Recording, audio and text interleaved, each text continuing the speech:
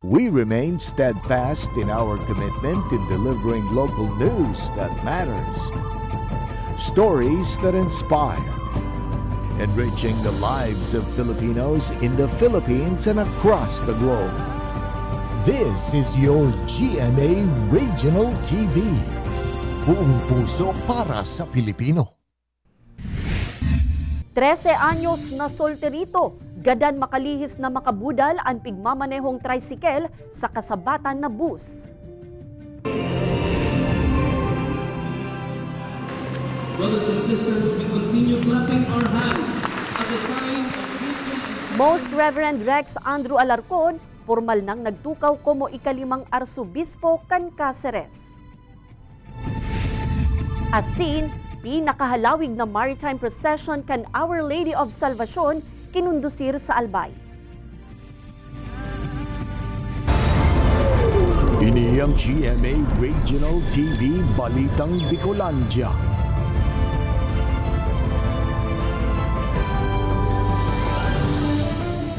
Diyos marahay na hapon mga kapuso, unina ang Balitang Bicolandia. Hatud miyan pinakadarakula asin pinakabagong mga bareta sa Kabikolan. Kami ang tropa nin katotohanan, mahatod nin mga baretang mayong pigkikilingan, mayo nin pigpoprotehiran. Live, hali digdi sa GMA Complex sa Naga City, ako po si Kate Dalovieres. Apat na empleyado kan lokal na gobyerno kan Pili Camarines Sur, binawian subuot nin buhay mantang nasa trabaho.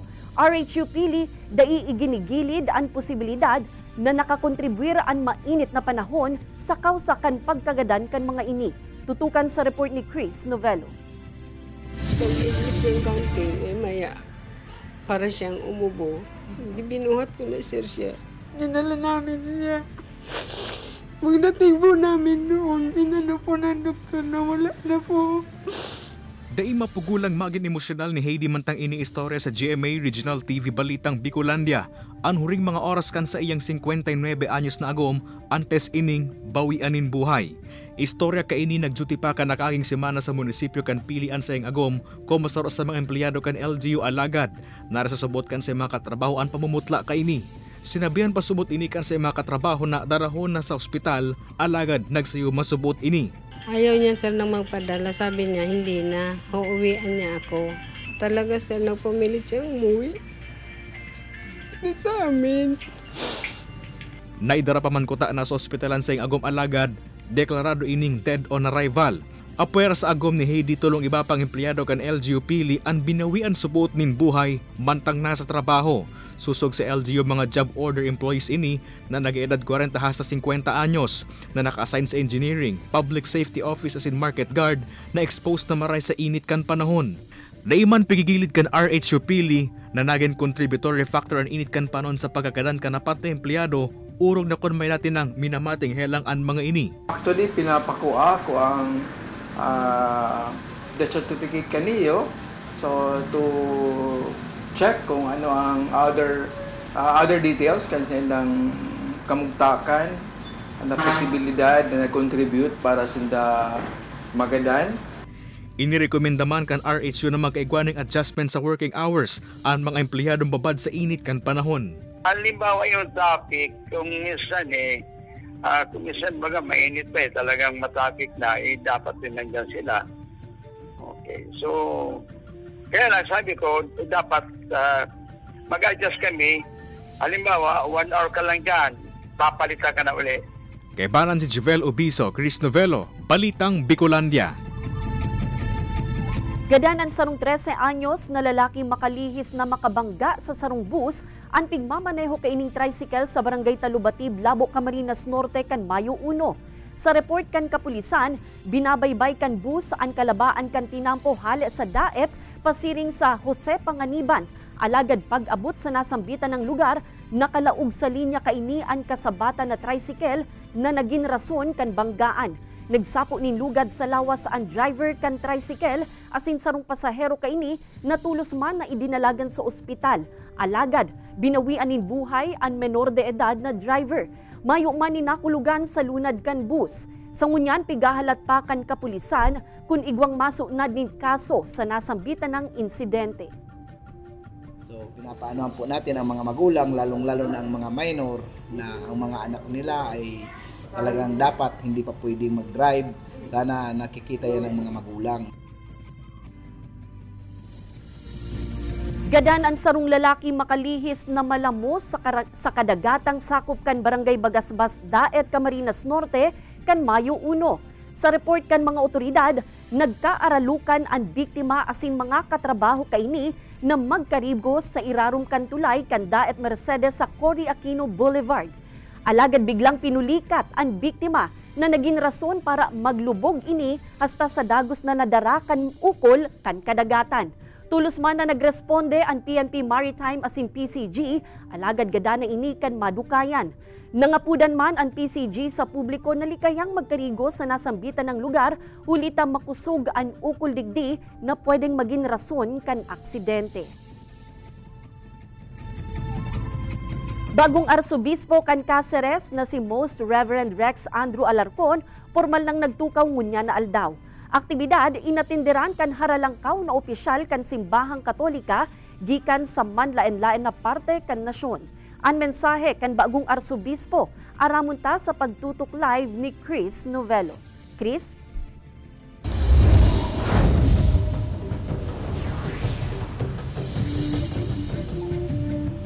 Kate, sa pagtukaw kan bagong Archbishop kan Cáceres sa katauhan ni Most Reverend Rex Andrew Alarcon saro sa mga highlight kan sa imensay kasubago, iyo ang magiging branding kan sa iyang liderato na gibuhong posible an imposible.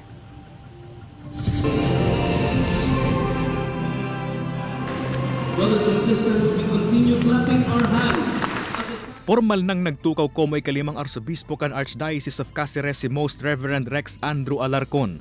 Haros pano ang Naga Metropolitan Cathedral kan mga kapadian na Sin Kristiyano nagdalan kan solemn installation and canonical possession sa Arsobispo. Yaon man sa seremonya ang pamilya ni Archbishop Alarcon. Sobrang kaugmahan, hindi maintindihan. Hindi matagong kaugmahan. Sobrang kaugmahan po. Inatendiran ang programa kan mga haralangkaw na opisyalis kan simbahang Katolika, siring ka na sa 32 na obispo. Ikan sa man ay may ibang diocese sa manay na lugar kan nasyon, CBCP as in the Most Reverend Charles Brown, an Apostolic Nuncio to the Philippines. Binasa ni Chancellor Father Darius Romualdo ang surat ni Pope Francis para sa pagtukaw ni Archbishop Alarcon. Sinundan inikan homage to the bishop kung saan saro-saro ang mga religious community, civic as in government leaders as in ibabang sektor na nagdulog sa bagong Arsobispo. Sa enot na homily kaini como bagong Arsobispo, inihayag kaini ang sa mga gigibuhon para pamayuhan ang 96 na parokya kan Archdiocese. First, do what is necessary, then do what is possible. And before you know it, you are doing the impossible. Inot gibuhon ang dapat gibuhon. Dangan ang posible asimple. Pagkatapos mahihiling ta sa tabang kang grasya ng mahal na Diyos, nagigibunan niya ang imposible. Pinasalamatan man ni Archbishop Alarcon ang niribayan kaining Arsobispo na si Archbishop Rolando Tirona na nagretiro na. Maygot man ang nilatag na seguridad kan mga otoridad durante kan aktibidad.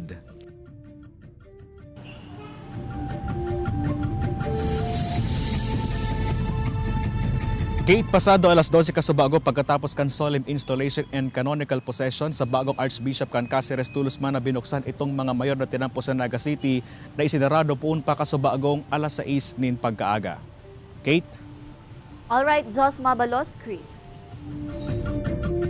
Pagsungko kinang Peña Francia sa 7 diocese sa Bicol Region, pigpo na kan Archdiocese of Cáceres como pag-andam sa napaparaning selebrasyon kan ikasanggatos na anibersaryo kan pagkorona sa mahal na ina. Uya ang report ni Jessica Kalinog. Solemneng sinabat kan mga deboto ang imahen kan El Divino Rostro asin ni Nuestra Señora de Peña Francia sa pagsungko kaini sa Dioceses kan Daet kan Abril 30. Sinundan ininin banal na misa na pinanginota ni Bishop Rex Andrew Alarcon. Siyam na aldaw na matinir sa Dioceses ang mga imahen para sa siyam na aldaw na novena. Dadarahon man ini sa iba pang vicariate sa probinsya. Ito din ay muling pagpapaalala sa atin upang tularan ang kanyang halimbawa. Pag-ibig ng ina na hindi nagmamaliw, pag-ibig na hindi sumusuko, pag-ibig na pinapasan ang lahat, pag-ibig na walang inaasam, kundi ang ikabubuti ng mga anak at ng mga minamahal. Sa Mayo 10, sunod na dadarahon sa Diocese of Libmanan ang imahen kan mahal na ina. Masunod naman ang iba pang mga dioceses. Gigibuhon ini hasta sa Hunyo 24. Ang pagsungko ni ina sa mga dioceses sa Bicol, katakod kan pag-andam sa dakulang selebrasyon sa maabot na Setyembre 20, ang ikasanggatos na anibersaryo kan pagkorona kin Nuestra Señora de Peña Francia. Kaya ang kamautan po kan sa tuyang kan arsobispo, kan bilog na arkidiocese, na sa paagi kay na yung pagsungko ni ina, kita maandam, lalong-lalo na ang sa tuyang puso, ang sa tuyang kalag, sa pag-ako kay na yung dakulaon na grasya, na kita igwaning langit nun na tagapag-antabay, tagapagsurog na ang pangaran Nuestra Señora de Peña Francia. Makalihis ang haros sa bulan na pagsungko ni ina sa bilog na rehiyon. Ibabalik ang mga imahen sa Arkidiocese kan Cáceres, nganing makapag-andam naman sa mga aktibidad sa anibersaryo kan pagkorona, asin kapistahan, kan patrona kan Bicolandia. Kaibanan si Jovel Obiso, Jessica Kalinog, Balitang Bicolandia. Sir, kung necessity ka ngayong tag-init, ano ka? Aircon po. Bakit aircon? Siyempre mas usable siya. Mas kailangan siya ng maraming tao, at least may bibigay ng maraming tao po. Ano po, yellow. Tano yellow? Mainit po kaya. So, para yellow, malipot. Ma'am, kung gamit kang unyo na tag-init, ano ka? Payong. Tano payong? Kasi kailangan ako, importante ako kasi mainit.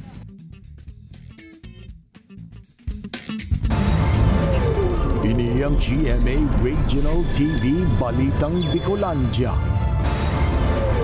Ini ang GMA Regional TV Balitang Bicolandia.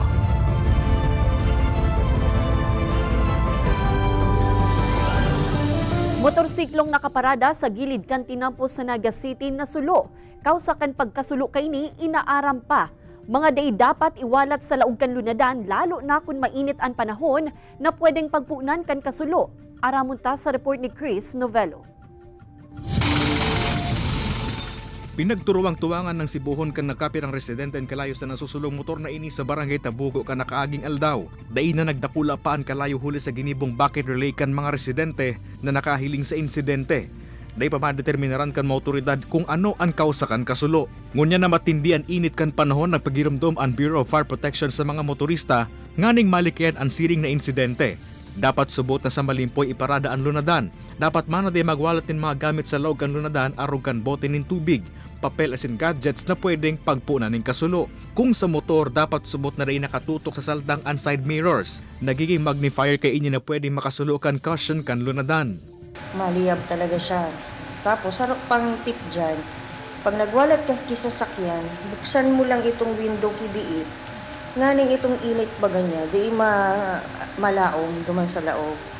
So, may air passage na maski mainitong sa laog, makakaluwas ang init. Dapat man subuot na i-check ang mga wirings kan lunadan na sarot man subot sa nagiging kausa ng kasulo. Ang motoristang si Leonardo Apuera sa dae pagwalat ng mga gamit na pwede magkausa ng kasulo sa lunadan, tinatahuban man niya ang sayang dashboard nganing dae ini ma-expose sa init. Kailangan pong takpan ng dashboard natin mga kotse para iwas sa sunog. Kay paano si Jovel Obiso asin Carlo Abonita, Chris Novello, Balitang Bicolandia.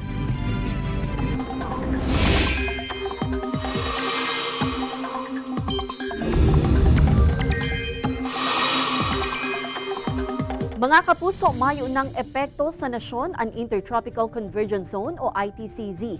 Kaya mas matingunyan ang init sa man iba-ibang parte kan nasyon huli sa padagos na pagdanay kan easterlies. Base sa heat index forecast kan Pag-asa para sa aga, posibleng mag-abot sa danger level ang temperatura sa pirang lugar sa Bicol Region.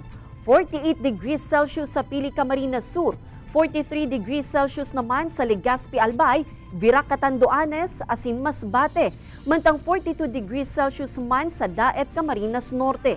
Sa datos kan Metro Weather, hababa ang tsansa nin uran sa Bicol Region. Alagad, maging alerto man po giraray kita asin mag-monitor sa advisories kan Pag-asa.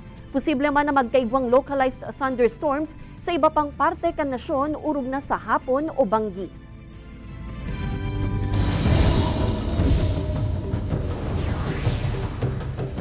10% kan tanuman nin paroy sa Naga City apektado na kan mainit na panahon. Naikurit na danyo sa sektor kan agrikultura, may epekto kaya sa food supply sa syudad. Aramon tayan sa report ni Chris Novelo. Inabutan kan news team si Arvin Rabosa kan barangay San Isidro, Naga City na nagbubuo ng kanduwang sakong pulutan. Sa nakaaging aranihan, 20 sako kotanaan sa indang nilalaomang maaani, alagad inabot sa nasubot inining 10 sako. Naapektuhan ka ini kan labing init kan panahon kung sain o minabot pa subot sa puntong nagagaratak ang daga sa indang umahan. Oo, naggagaratak talaga so daga. Kulang nga talaga si tubig. Punta hababa ngayon sa anim. Saro sana si Arvin sa nasa 70 paraoma sa syudad na naapektaran ang umahanin huli sa tag-init. Sa datos kan City Agriculture's Office sa 700 na hektaryang farmland sa syudad, 68 na hektare o katampad din po mas o menos 10% ang naapektaran kan mainit na panahon. Naobserbaran mi sa mga tanuman naggagaratak talaga as in nag-aaral lang na ang mga pananom, ang paroy mismo. So aron kaya na sistema, almost ang damage kaya would be around, lalo na kung for harvesting, so around 20% apektado kaya na ang ani. Sa ibong kang naikurit ang danyo sa sektor kan agrikultura, may kadikit man subot ining impact sa food supply sa syudad. Very minimal dahil yaon man po ang source igwa kitang source permi and ang realidad man po sa Naga nagkukuha na kita sa luwas daiman haloy na pong daiman sufficient kita sa rice. Kay banan si Jovel Obiso, Chris Novelo, Balitang Bicolandia. Sarong exhibit para sa duwang wikang na memeligro ng mawara ang pinangenotan kan komisyon sa wikang Filipino sa Senado. Ini ang mga wikang hatang kaye kan mga remontado sa Tanay Rizal asin General Nakar Quezon asin an inata gikan sa mga ata kan Negros Occidental. Pira sa mga katutubo ang nagatindir sa exhibit como pagsuporta. Tampok sa exhibit ang pira sa indang mga kanta, ritual asin produkto. Sigun ki KWF Commissioner Arthur Casanova, obheto kan exhibit na mairani sa komunidad ang dapit sa nasabing mga tataramon na diipaaram kan kadaklan. Inenkaminar ni Senate President Pro Tempore Loren Legarda ang mga katutubo na diipabayaang mawaraan sa indang mayamang wika asin kultura. Inenkaminar man ni Legarda ang mga ahensya kan gobyerno na pakusugon ang mga proyekto asin programang mapapusog sa wika kan mga katutubo. Pigbisto man ang mga piling parasurat na padagos na nagpapalawig sa panitikang Pilipino sa gabi ng Parangal 2024 kan KWF. Kabala sinda UP Professor Dr. Jimel Naval na tinauwanin gawad dangal ng panitikan 2024. Tinauwan man onra ang makata asin premyadong parasurat na si Frank Rivera. Binistuman ang mga nagtrayumpo sa talaang ginto, makata ng taon, asin patimpalak ng tulang Senyas 2024. Kung gamit ka ngayong tag-init, ano ka? Wala. Bakit wala? Para cold. Electric fan. Paano electric fan? Papaikoton ako. Tabo. Paano tabo? Pantugdog.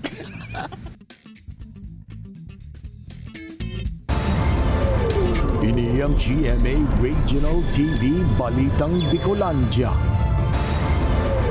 Ini ang GMA Regional TV Balitang Bicolandia.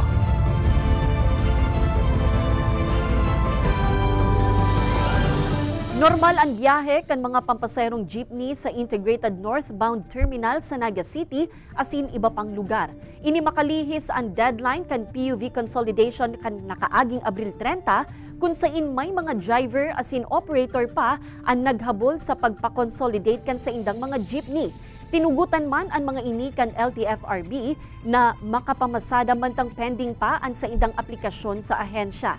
Enot ng pigsyerto kan manihamiento kan terminal asin kan LTFRB na may malulunadan ang mga pasahero gikan sa mga rutang may mga unconsolidated PUV. 7 mga establishmento asin tindahan sa Naga City na subuot may kakulangan sa pagbayad kan kontribusyon kan sa indang mga empleyado asin iba pang kakulangang dokumento. Pigbisita kan SSS Naga Race Team tanganing pagirumduman kan sa indang mga obligasyon. Uyan report ni Jessica Kalinog. Land transport, tire parts and supply, medical clinic, kakanan, review center asin merchandise. Iyan ang mga klase kan establishmento na pigbisita kan mga kabuhan kan Social Security System o SSS Naga Branch. Katakod ini kan nationwide simultaneous run after contribution evaders kan ahensya. Lambang establishmento, pigtawan in written order, huli sa indang non-remittance, non-production o kaya non-registration na violasyon. So yung non-remittance, yung nakakalimot magbayad. Yung non-registration, yung hindi or ayaw magparehistro ng negosyo sa SSS at mag-report ng mga empleyado. At yung non-production, ayaw mag-submit ng records sa amin upon request o demand. Mayo maninagin bayolenteng reaksyon sa mga pigserbihan kan kasuratan, komo pagpapagiromdom sa saindang obligasyon. 15 days ang pigtao sa mga ini nganing makakomple. Alagad ang abiso kan SSS, day na pag-ubuson ang 15 diyas na palugit. Mas maray kun amay nang makapasa. So we are doing this not to intimidate them, but to help them. Because at the end of the day, they are our partners in serving their employees na parokyano namin, clients namin, yung mga employees nila. Nagsayuman naman na magtaupang komento ang mga imbweltong establishmento. Alagad pigsertuman kan mga ini na sa indang aaksyonan asin papanuan ang naging pagkukulang. Ang mga may violasyon sa ley na didiskubre subuot kan SSS sa saindang database na pigtututukan kan mga accounts officer kan ahensya. Kaibanan si Jovel Obiso, Jessica Kalinog, Balitang Bicolandia. Kasabay kan ika-72nd founding anniversary kan Banwaan nin San Miguel Catanduanes asin ikatulong Hagot Festival. Manlaen-laen na aktibidad ang pigbida sa selebrasyon. Highlight kay ni an arko sa Banwaan na gibo sa Abaca asin Kawayan. Mantang agaw atensyon man ang mga float kung sa inlunad kay ni ang mga produkto na makukuha sa Banwaan. Pwede man aprobitsaran ang mga lokal na produkto kan mga paraoma sa mas baratong kantidad na piglatag sa ampangan mismo kan Municipal Hall. Sentro kan selebrasyon ang pagtaong importansya asin pagpauswag pa kan mga produktong Abaca na primerong hanap buhay kan mga tao sa Banwaan.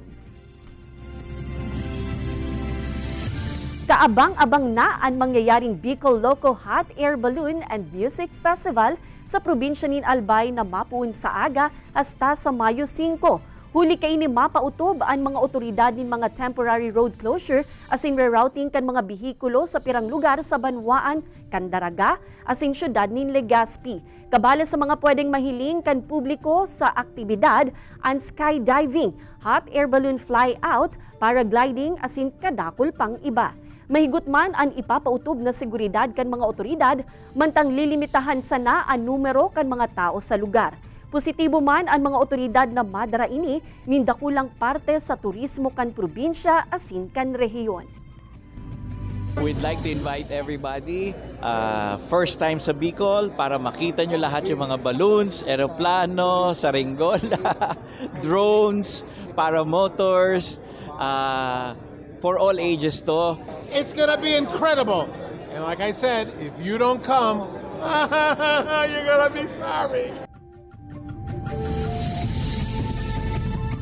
Maritime procession para sa imahen kan Our Lady of Salvation sa Albay, pigruso kan dakul na mga deboto. Uyan istorya ni Don Jimenez. Sa kainot-inoteng pagkakataon, pigkundusiran pigkukonsiderar na pinakahalabang maritime procession kan Our Lady of Salvation ang patron na kan probinsya nin Albay.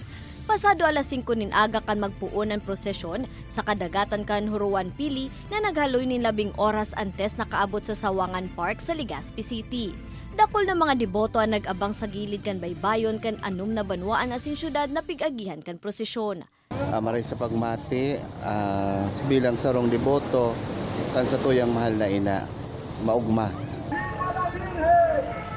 Nagkaigwan ning dikit na aberyaan sarong baroto alagad tulos man na nasolusyonan asin salbado man ang mga lunad kaini. Nung una nasiraan kami, di ba? So after nun, hindi na maganda yung pakiramdam ko. Pero sabi ko, hindi ako susuko. Piglalaoman na ipapadago sa nasambitan ng aktibidad sa mga masunod pang taon kumuparte kan pigtutulod na faith tourism kasabay kan Magayon Festival.